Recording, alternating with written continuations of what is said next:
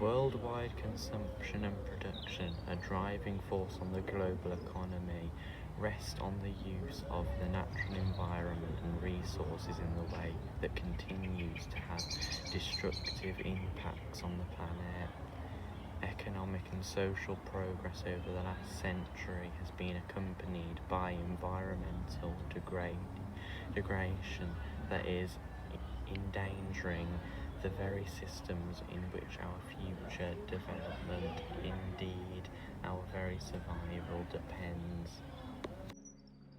A few facts and figures. Each year, an estimated one-third of all food produce, equivalent to 1.3 billion tons worth, around 1 trillion, ends up rotting in the bins of customers and retailers, or spoiling due to poor transportation and harvesting practices.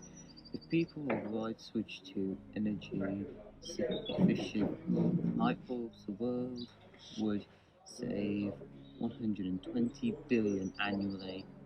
Should the global population reach 9.6 billion by 2050, the equivalent of almost 3 planets could be required to provide the natural resources needed to sustain current lifestyles. The COVID-19 pandemic offers countries an opportunity to recover plans that will reverse current trends and change our transportation and production trends towards a stubborn future. Strong compassion production that is about doing more and better with less.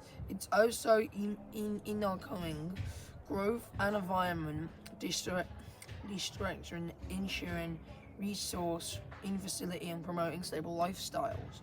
Stable compassion and production can also contribute to stabilizing to poverty and the transition towards low carbon and green econs.